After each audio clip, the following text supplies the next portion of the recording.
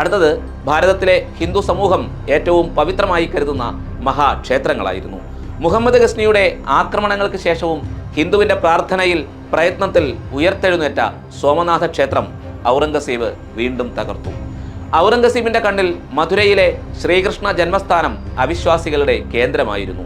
ബഹുദൈവാരാധകരെ ഒരു പാഠം പഠിപ്പിക്കുക എന്ന ലക്ഷ്യത്തോടെ ശ്രീകൃഷ്ണ ജന്മസ്ഥാനത്തെ കേശവറായ് ക്ഷേത്രം തകർക്കപ്പെട്ടു. അവിടെ ഈദ്ഗാഹ് നിർമ്മിച്ചു. മധുരയുടെ പേര് ഇസ്ലാമാബാദ് എന്നാക്കാൻ നിർദ്ദേശം നൽകി കാശിയിലെ വിശ്വനാഥ ക്ഷേത്രം നശിപ്പിച്ചു. പകരം മസ്ജിദ് നിർമ്മിച്ചു. സാമ്രാജ്യത്തിൻ്റെ മുക്കിലും മൂലയിലും ക്ഷേത്രങ്ങൾ തകർക്കാൻ ഉദ്യോഗസ്ഥരെ നിയമിച്ചു. പന്തർപൂരിലെ ക്ഷേത്രം നശിപ്പിച്ച് അവിടെ പശുക്കളെ അറുക്കാൻ കൽപ്പിച്ചു. രാജസേവകരായ കശാപ്പുകാരെ അങ്ങോട്ടേക്ക് പ്രത്യേകം നിയമിച്ചു. ക്ഷേത്രങ്ങളിൽ നിന്ന് ഇളക്കിയെടുത്ത വിഗ്രഹങ്ങൾ ഡൽഹിയിലെ മസ്ജിദിന് ചവിട്ടുപടികളാക്കാൻ കൽപ്പിക്കുക പോലും ചെയ്തു.